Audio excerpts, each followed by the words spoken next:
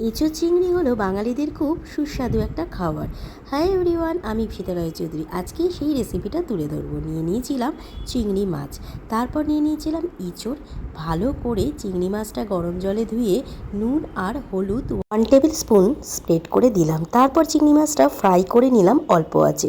ইঁচড়গুলো গরম জলের মধ্যে দিয়ে দিলাম একদম ছোট ছোট পিস করে কেটে।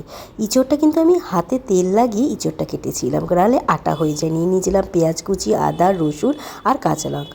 মিক্সির মধ্যে পেঁয়াজ কুচিগুলো দিয়ে দিলাম। তারপর চলে আসলাম গরম জলে যে ইঁচড় দিয়েছি তার মধ্যে 1 টেবিল স্পুন নুন দিয়ে গরম করেছিলাম। আর নিয়ে নিয়েছিলাম মিক্সিতে আদা, রসুন, কাঁচা লঙ্কা, টমেটো, পেঁয়াজ। রেডি হয়ে গেল মিক্স আপ। দেন প্যানের মধ্যে তেল গরম করে আলু দিয়ে দিয়েছিলাম ছোটো ছোটো করে। আলুটা ভালো করে লাল ফ্রাই হলে এর মধ্যে আবার তেল দিয়ে ইঁচড়গুলো দিয়ে দিলাম, কারণ ইঁচড়টা একটু ফ্রাই না হলে খেতে কিন্তু কাঁচা কাঁচা লাগে। তাই আমি ইঁচড়টা নুন হলুদ দিয়ে ফ্রাই করে নিয়েছিলাম। ফোড়ন হিসাবে তেজপাতা, শুকনো লঙ্কা, পাঁচফোড়ন দেওয়া হয়েছিল।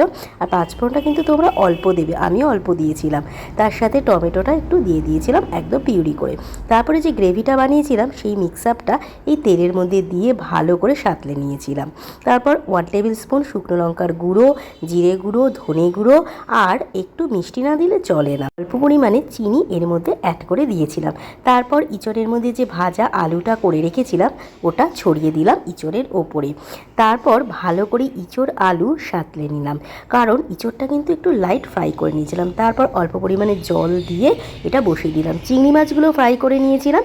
চিংড়ি মাছগুলো এই ইঁচড়টা হওয়ার পরে, মানে সেদ্ধ হওয়ার পরে ওপরে স্প্রেড করে ছড়িয়ে দিয়েছিলাম। তাহলে চিংড়ি মাছগুলো ভেঙে যাওয়ার সম্ভাবনাটা কম থাকে। তোমরা আগেও দিতে পারো। রেডি হয়ে গেল আমাদের বাঙালির প্রিয় এঁচোড়ের চিংড়ি। তো আমি তো বানিয়ে ফেললাম। তোমাদের এই রেসিপিটা কেমন লাগলো অবশ্যই কমেন্ট করে জানিও। নেক্সট ব্লগে আবার নতুন কিছু নিয়ে দেখা হচ্ছে।